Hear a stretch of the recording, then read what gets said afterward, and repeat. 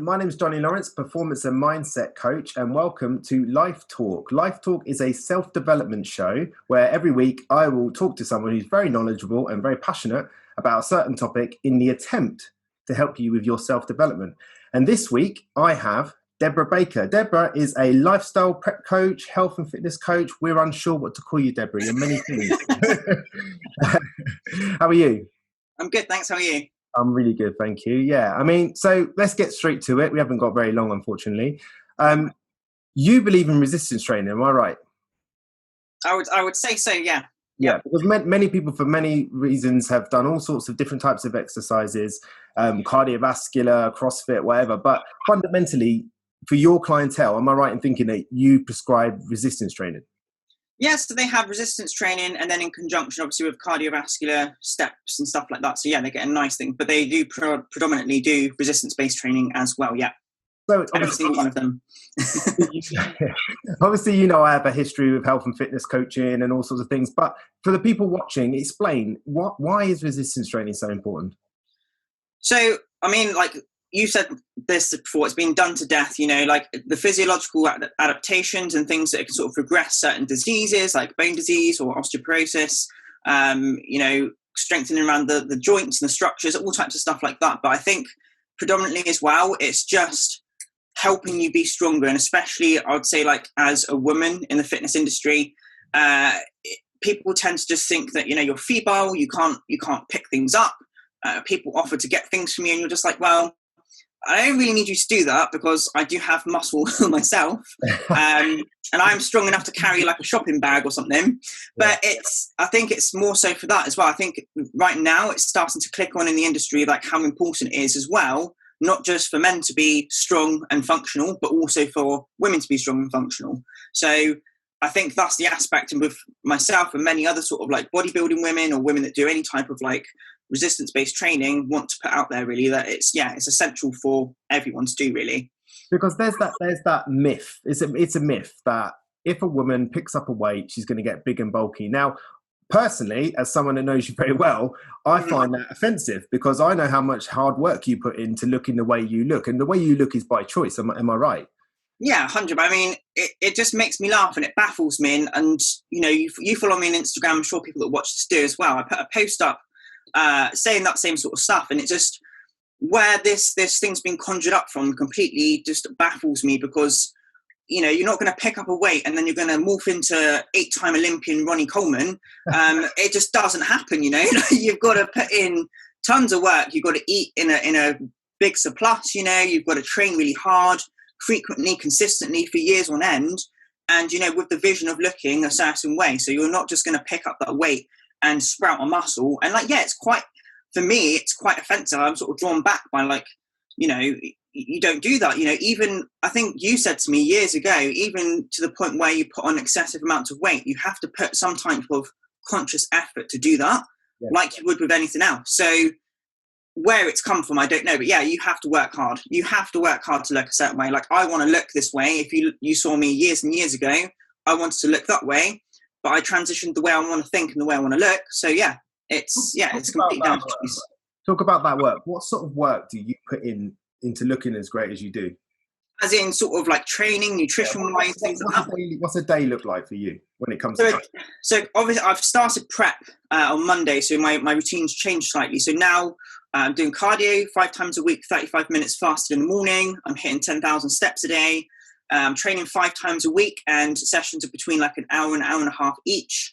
I'm eating 6 to 7 meals a day, and I'm sleeping really well as well. So, but I literally live and breathe it. So I'm quite zoned in, especially during prep. So yeah, it's a conscious effort to say the least. You don't just accidentally do all those things. You have to put a lot of effort into doing that. And that's exactly why I ask you that question, because I want people to understand, you know, that you are doing that much cardio, you are lifting weights that much, you are eating that much, you are literally analyzing every aspect of your life in order to achieve the look that you've got. And so it isn't that easy for a woman just to pick up a weight and get bulky. You know, it's not. And I sort of say it half in jest because to us as industry people, it is silly to us because we have so much knowledge. But I say to many of my clients, as I'm sure you do, you don't know until you know, right? Now we know this, and it's hard for us sometimes to understand how people don't know this, but they don't.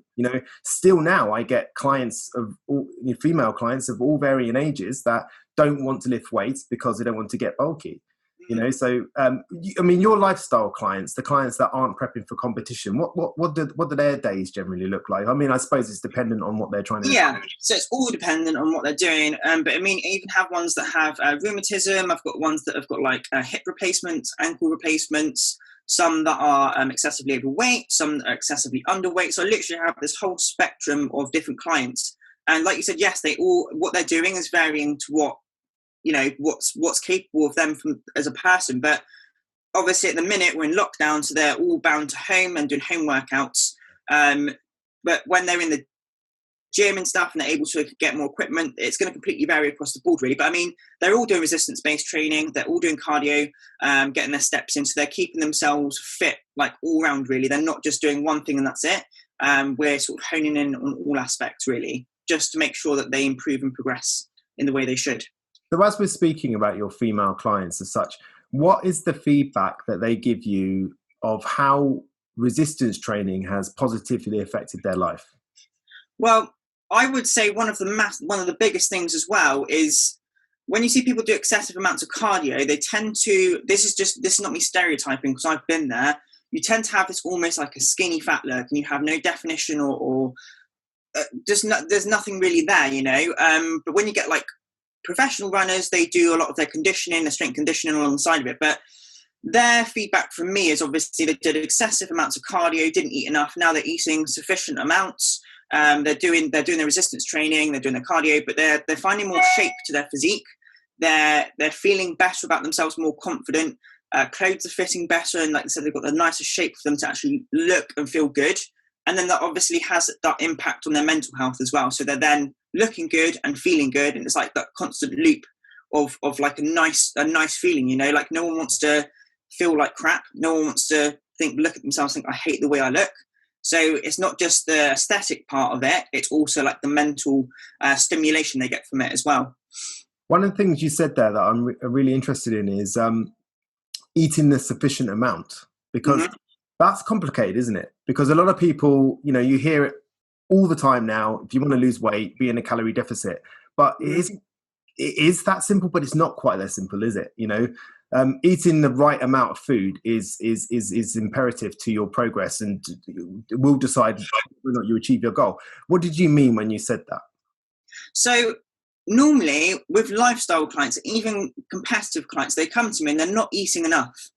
Even to lose weight, they're not eating enough, or they're on stuff like shake diets, and they're just not supplying their body with the nutrients they need, which then has impacts on like the hormonal system. Things are dipping up and down. The hunger hormones are really high, and their full hormones, like you've got the leptin and ghrelin, so they're up and down. So they're not really able to sleep properly, and their body just ends up like reaping havoc on their body because they're just not getting sufficient amounts in. So when I first start with a client, obviously like it's a guideline when you start with them, but when you get into it, you need to learn a little bit how their body adapts to all these things. So, there's no one shoe fits all for anything. It's all about, right, that person might need this amount of calories, and that's why we have check-ins and sort of see how they go through stuff, because otherwise it's literally just going in the dark, isn't it? You can't really say that person's going to eat this amount. You have to learn how their body adapts and reacts. But every time someone comes to me, they're not eating enough. Even like I said, even the people that are extremely overweight, they're just not eating enough, and especially on protein, that's the one they neglect the most. And we know that helps with satiety and stuff like that. So yeah, they're just not eating the correct amount of calories. See, what I love about what you're saying is a lot of people hang their hat on one thing, don't they? Oh, you must be in a calorie deficit. You need to do cardio. You need to do this. But what you're saying to me in this moment is, holistically, as a coach, whatever type of coach you want to call yourself. I don't know what I am. you are looking at the person, the individual, and you're taking in all of the consideration. So when you first said about all the effort you put into looking the way you do, you mentioned food, hydration, sleep, training, cardio, all sorts of things. And that's what you're doing with your clients. Is that right? Yeah, as well. I mean, like we go through sort of like a set thing as well. And we go through stuff like stress levels, like I said, sleep, caffeine intake, just things like that, really. Because if the body is obtaining it's going through a large amount of stress as well, the last thing you want to do with that person is say like their weight's skyrocketed or their weight's dipped dramatically. You don't want to push them further. Sometimes it's a good thing to pull back on that person, which will then in turn help them progress further, because it's that sort of old saying of less is more, and sometimes that is the case. Like you cannot, push someone to the brink of sort of like having a collapse. That you need to be able to sort of understand like that person's on super low calories, the cardio is quite high. Sometimes you need to learn to just say like, you know what, this person needs to have a balance. Because like I spoke about before, it can literally dip their hormone levels. So you need to be able to, sorry, I had a weird noise out there. You need to be able to keep the body functional. Like you can't push it to the point where it just cannot do anymore. Like especially even in prep, we're pushing our bodies to the extremes. And sometimes, I have a coach to look after me. And I know when my body's had enough. I'm like, I need to take a rest day off. Even now, I know I've got set days to train. I've got to take some of those days off sometimes because I'm physically and mentally exhausted. I know if I train, I'm going to incur an injury or I'm going to regress. So for me, taking a day off is imperative in order to progress. So it's about finding that balance and knowing when to stop and when to push. Nice. Lastly, sociologically, psychologically, how does it feel? Because in our society, I did a dissertation on it, the psychological benefits for strength training. And what I found was there's so many little mantras in our lives and little sayings like you throw like a girl and things like that. No, but they're all there from young. We all say them accidentally on whatever. And all they do is reinforce to young girls growing up that you can't be strong. Yeah. And as a woman who is strong, how does that feel to know that you don't need to ask for help from anyone, man or woman? How does that feel? Because I'm quite an independent person, like me, I like to get stuff done. I don't really like to ask for help. I do a lot of the, I would say like manly tasks, as in like lifting stuff in for like my mum and helping her out. Helping. One time I went shopping and I couldn't actually get through with my trolley, so I just picked my trolley up with my shopping in it and like lifted it over. And these people just looked at me like a freak, and I was like, it's an obstacle and I'm going to overcome it. So I'm just going to pick up my trolley because I can't get through. And like, obviously not during the pandemic because it probably would have triggered someone. This is a long time ago. I don't know that story. That's amazing. I don't know. I just don't tend to talk about it, but it's silly stuff like that. I'll go shopping with my mum and I'll go to B&Q and they've got all like the compost things there and they're quite heavy. And they're like, oh, do you want me to take that? I'm like, nah, it's good. I've got it. And I'll take it with one arm, not to show off, just because I can do it. And they're like, oh, you're quite strong. I'm like, well, yeah, don't assume things. Like it's relative to the person, like I would say my strength is probably like exceeds that of like the average guy. I don't know, like, because I think it's because as a society we're actually quite lazy. So it's probably that might be the reason, like it's just people need to stop feeling so intimidated by other people and just either you want to be strong and improve, but don't sort of like think that because they're a woman or they're small, even like small men get like considered like they're weak and stuff, don't they? So it's just yeah. So to bring it to a close, your important things that you say when it comes to strength training and just health and fitness in general is holistically. Look at sleep, look at hydration, look at the food you're having. You might not be having enough. It could be a factor, or you might not have it in the right macronutrients. And then obviously strength training, a huge component for your physical and psychological benefits. Just hitting you need to hit the basics as well before you start going into stuff like adding in like all these like really specific supplements as well. You need to make sure you're hitting the basics first, and then you can add in like the small percentage of stuff that's going to improve. So and with women, you can still lift heavy, get a nice bum and stuff like that, because doing all these like air squats and stuff like that are not going to improve your physique. I'm sorry, they're fine for lockdown, but in terms of long-term progress, you need to lift some weight like you do. I feel like you're about to go into a rant, so I'm going to stop you there.